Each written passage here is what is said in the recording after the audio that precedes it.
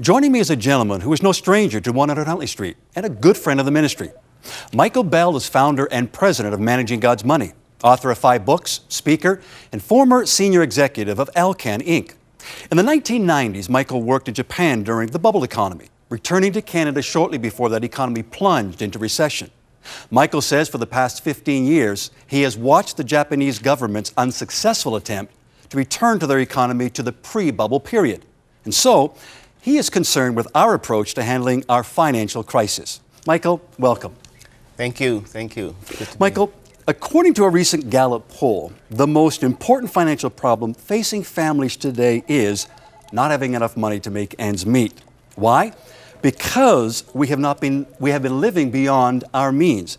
And you said something unique back in 2007.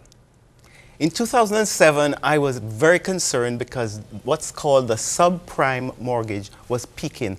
The subprime loans. People were borrowing, people were living beyond their means.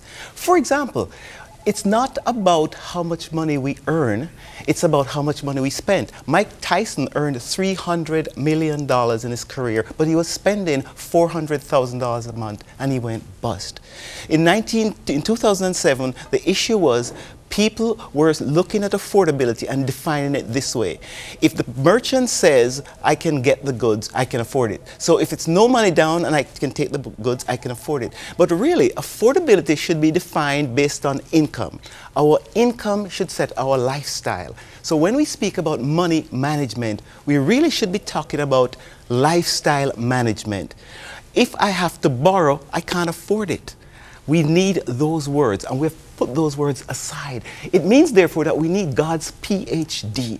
Each believer needs to be patient. Isaiah 30:18. Patience so we can wait on God.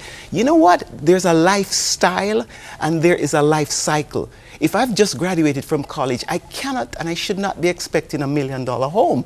I need God's patience, and He's there. Then I need His humility. So if I can't buy a car, I go to my neighbor and I say, may I have a ride, please?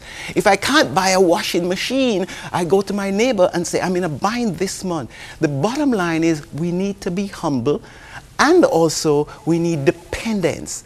Isaiah 26:4. We need to depend on God. Proverbs 3:5 and 6 tells us to trust in the Lord with all our hearts and lean not on our own understanding. In all our ways, acknowledge Him and He will make our path straight. Michael, one of the things I appreciate that you have said, and I've heard you say it a number of times, is basically taken from Matthew 6:23. Before we do anything when it comes to our affordability, we're to ask God. Absolutely. Because many times we live in silos. I have a church life, I have a work life, I have a finance life. And the thing that we don't remember is that basically as Christians, we need to surrender all to Christ. It's His money. And therefore we should go to Him to say, Lord, is this what you want me to do? And is this the timing? That's critical. Timing. Is this what you want me to do? And is this timing? We need to go to God and ask Him. One of the neat things that also I've heard you say, and you mentioned it in the beginning, is that, you know, there's so much going on around regarding the economy in our lives. But it's not really those issues at all. It's about the affordability that we have to trust God for. And I think that's so key, Michael. It is key. And you know, the interesting point is that we're in a recession right now. We're trying to get out and we're doing the wrong things. We're saying spend, spend, spend. But spend, spend, spend is what got us there. Einstein says we can't solve a problem using the same thinking that got us there. What we need to do is to go back and say, what does affordability really mean for me? I need to live in a spending plan. I need a GPS. I need God's GPS. What's my goal today? What's my plan? And what's the spending plan associated to that?